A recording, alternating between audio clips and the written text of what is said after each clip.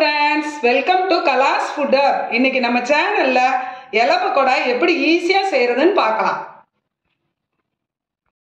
இலை பக்கோடா செய்யறதுக்கு 1 டம்ளர் அரிசி மாவு, 1/4 டம்ளர் கடலை மாவு, 1/4 டம்ளர் பொட்டுக்கடலை மாவு, பெருங்காயத்தூள் கொஞ்சம், 1 ஸ்பூன் தனி மிளகாய் தூள், உப்பு தேவையான அளவு,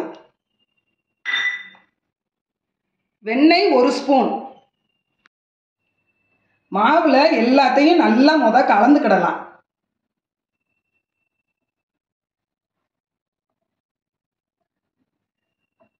கருவேப்பிலை, 4 பல்லு பூடு, எள்ளு கொஞ்சம் போட்டு மிக்சியில நல்லா அரைச்சி வடிகட்டி வச்சிருக்கிறேன். இந்த தண்ணியை கொஞ்சம் ஊத்திக்கலாம்.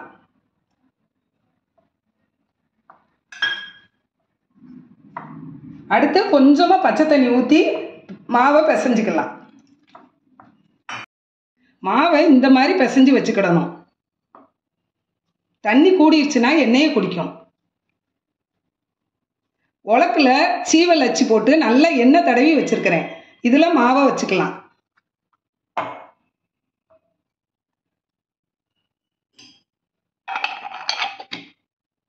அடுப்புல எண்ணெய் காஞ்சிக்கிட்டு இருக்கு, புழிஞ்சுக்கலாம்.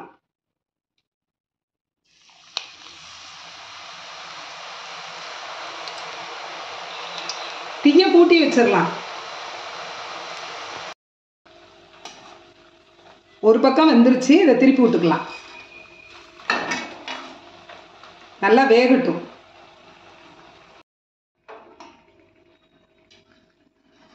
நல்லா வெந்துருச்சு, சீவலை எண்ணெயை விட்டு எடுத்துடலாம். இது நல்ல டேஸ்டா இருக்கும். வீட்டில் இருக்கிற அரிசி மாவு வச்சு சீக்கிரமே செஞ்சிடலாம். அடுத்ததையும் இதே மாதிரி புழிஞ்சுக்கலாம்.